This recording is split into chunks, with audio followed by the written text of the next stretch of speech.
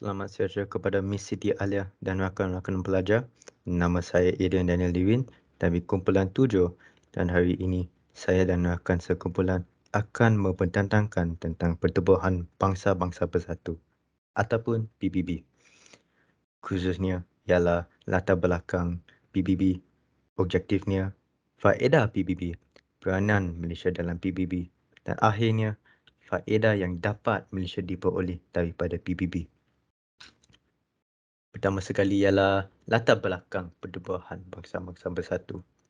Sebelum PBB, ada Liga Bangsa-Bangsa yang diharapkan bisa menjaga perdamaian dunia. Organisasi ini didirikan saat Perang Dunia Pertama tahun 1919.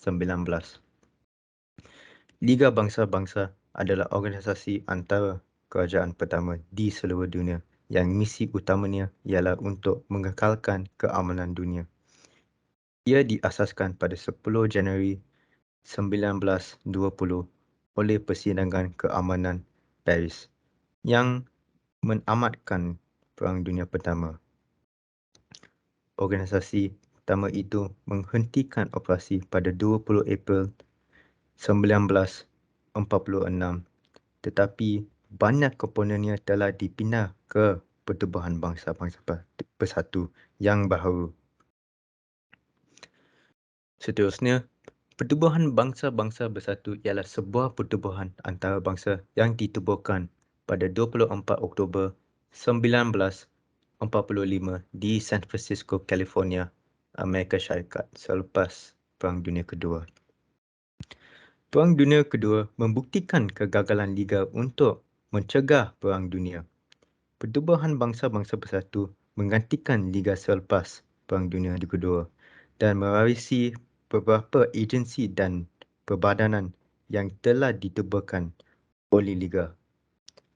Organisasi antarabangsa baharu itu telah digubal dan merundingkan di kalangan delegasi dari 4 besar bersekutu iaitu Amerika Syarikat, United Kingdom, Kesatuan Soviet dan China.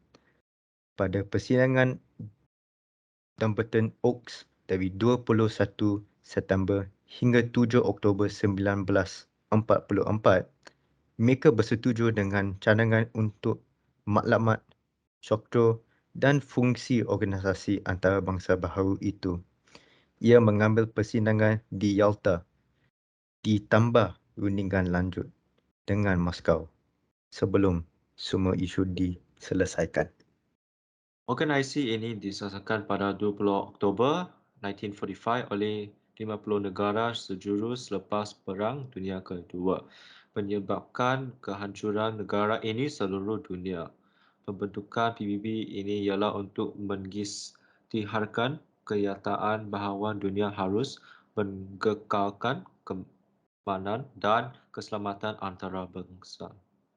Pembangunan hubungan mesra antara negara dan mengekalkan sudah 77 tahun penubuh PBB dan ia telah membawa begitu banyak impak positif kepada dunia seperti menyediakan keselamatan kepada negara untuk membantu pembangunan mereka serta memperbaiki hubungan dan membentuk pakatan baharu, serta rancangan masa depan untuk tahun 2030 untuk membantu negara menjadi mampan dari segi alam sekitar dan menjadi negara demokrasi yang maju. PBB mewujudkan keamanan bersama seperti negara-negara anggota tidak boleh menggunakan kekerasan atau pembunuhan terhadap kawasan atau kemerdekaan sesebuah negara dengan cara yang tidak sesuai. Meningkatkan taraf kehidupan negara anggota seperti memajukan sosioekonomi dengan meningkatkan permintaan barangan, tempatan dan menarik pelabur luar untuk meningkatkan taraf hidup negara. Menjaga dan meningkatkan mutu kesihatan penduduk di negara anggota. PBB memastikan semua negara mematuhi dasar-dasar PBB untuk memelihara keamanan dan keselamatan antarabangsa. Membantu negara-negara mundur dari segi pemakanan, pendidikan formal dan tidak formal. Negara-negara anggota diminta memberi bantuan dalam apa sahaja tindakan yang diambil oleh PBB dan dikehendaki tidak memberi kerjasama kepada mana-mana pihak yang dikenakan tindakan oleh PBB. Sekarang topik ucapan saya ialah faedah PBB. Mengekalkan keamanan dan keselamatan. Tenang telah dipulihkan di banyak negara melalui penghantaran misi penggamak dan pemerhati. Nombor 2, memerengki keganasan.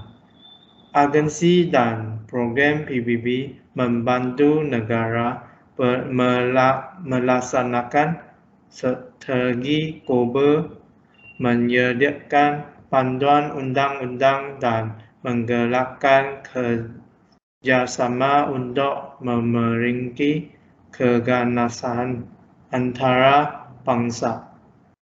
Menekankan asas perniagaan PBB bagus untuk perniagaan dan mengurangkan kos transaksi dengan merundingkan statistik perdagangan, penerbangan dan perkapalan.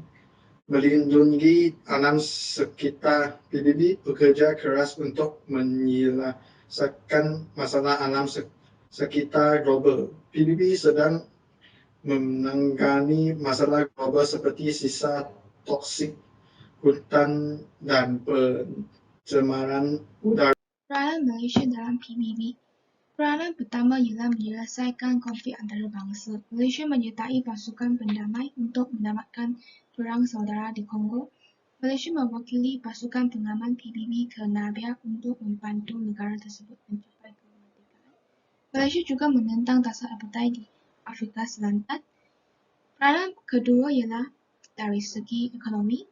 Malaysia menjadi ahli bank dunia antarabangsa untuk membantu negara-negara sedang membangun. Juga kemasukan pelabur-pelabur asing diharap dapat membasmi kemiskinan dan menyedia peluang pekerjaan. Peranan ketiga ialah dari segi sosial. Malaysia bekerjasama dengan menyertai beberapa agensi PBB seperti kerjasama dalam bidang pengelolaan makanan, bidang perubatan dan kesihatan dan bidang sains dan teknologi. Saya akan membintangkan tentang faedah yang diperolehi Malaysia daripada pertubuhan bangsa-bangsa bersatu. Malaysia telah mendapat bantuan daripada Bank Dunia untuk menjayakan rancangan feodal, aktiviti pembangunan sosial dan membangunkan prasarana pendidikan dan penyelidikan. Bank Dunia telah memberikan bantuan pakar ekonomi bagi membantu masalah ekonomi di Malaysia. Kedua, semasa proses pembentukan gagasan Malaysia, kepentingan yang diperoleh ialah apabila PBB telah membentuk satu suruhanjaya yang diketuai oleh Lawrence Michael Moore yang bertujuan untuk meninjau kembali pandangan penduduk Sabah dan Sarawak mengenai penyertaan ke dalam gagasan Malaysia setelah mendapat bantahan dari negara Indonesia dan Filipina, walaupun hasil kajian lewat kerana timbul beberapa kerumitan dalam menjalankan tinjauan tersebut. Yang ketiga, melalui penyertaan dalam PBB, Malaysia telah mendapat pengiktirafan sebagai sebuah negara berdaulat daripada semua negara di dunia. Keempat, sebagai negara ahli PBB, Malaysia turut mendapat kepentingan melalui Majlis Ekonomi dan Sosial PBB seperti UNISO, WHO, FAO dan ILO. Contohnya, WHO telah memberi bantuan dalam bidang kesihatan dengan menghantar pakar-pakar perubatan serta pelbagai bantuan untuk meningkatkan taraf kesihatan rakyat Malaysia. Bukti WHO telah menunjukkan kejayaan menghapuskan penyakit malaria dan taun di Malaysia.